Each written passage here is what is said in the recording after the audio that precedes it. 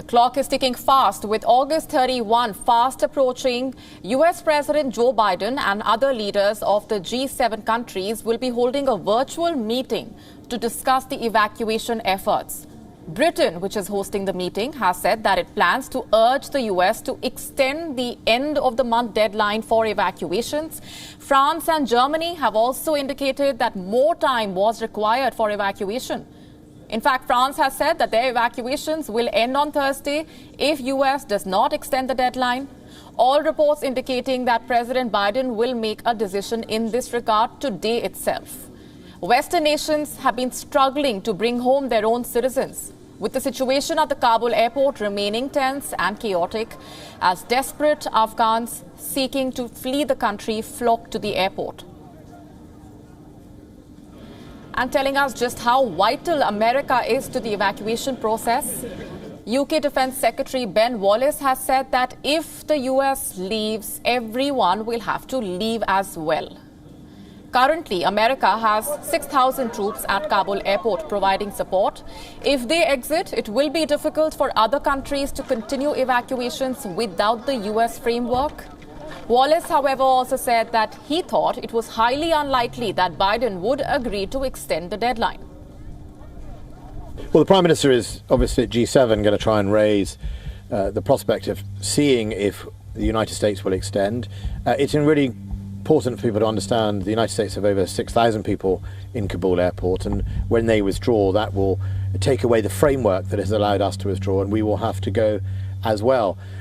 I don't think there is any likelihood on staying on after the United States. If their timetable extends even by a day or two, then that will give us a day or two more to evacuate people, because we are really down to hours now, not weeks, and we have to make sure we exploit every minute to get people out.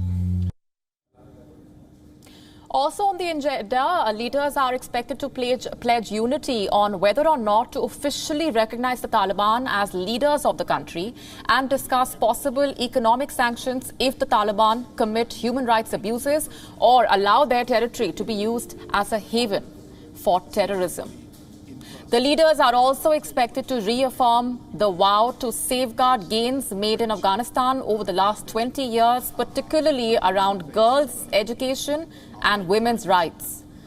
But it is the evacuation effort that is likely to dominate the discussions. Johnson spoke to Biden ahead of the G7 meeting, and they agreed to ensure that all those eligible to leave Kabul were able to do so, including after the initial phase of the evacuation has ended. The president's handling of the crisis so far has angered some of America's closest allies. The manner in which the withdrawal was conducted has strained ties between Washington and other Western capitals, with most expressing dismay at the harrowing scenes that have been trickling in from Afghanistan as the Taliban took over. Sullivan and other members of the National Security Leadership Team, the Situation Room. And our correspondent Susan Teherani has been tracking all those developments, is now joining us live from New York. Susan, hi. How soon do we expect that decision to be declared by US President Joe Biden? And give us a sense of what we expect from these G7 discussions.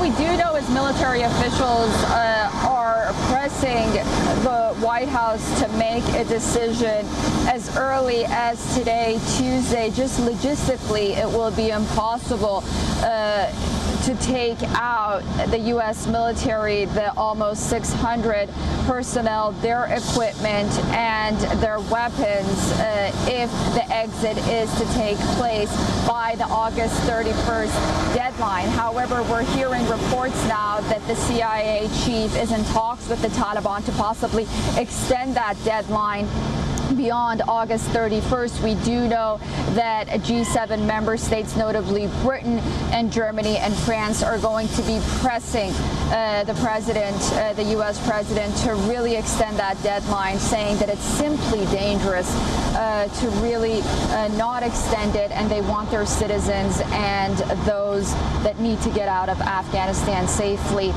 to get out, and really having this August 31st symbolic deadline might not really be sufficient.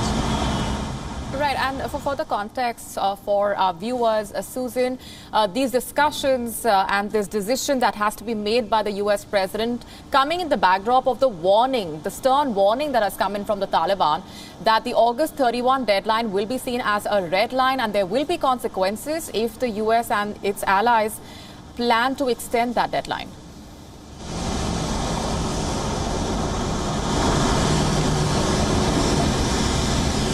Yeah, really striking news coming on the part of the Taliban spokesman saying that there will be consequences if the August 31st deadline is extended.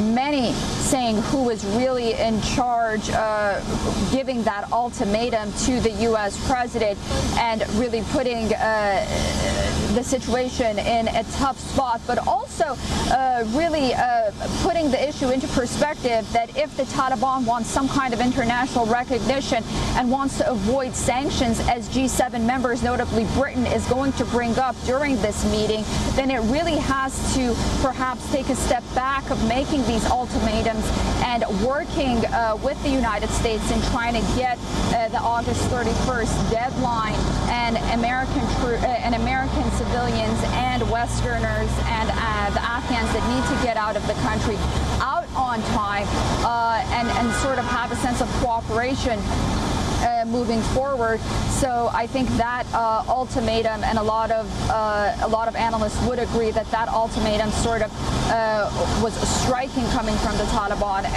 and many wanted to see perhaps a stronger position on the part of the United States when it came to a response and not really how the United States reacted. Right, we're leaving it there for the moment. Susan Tehrani, thanks very much for the time being. WION now available in your country. Download the app now. Get all the news on the move.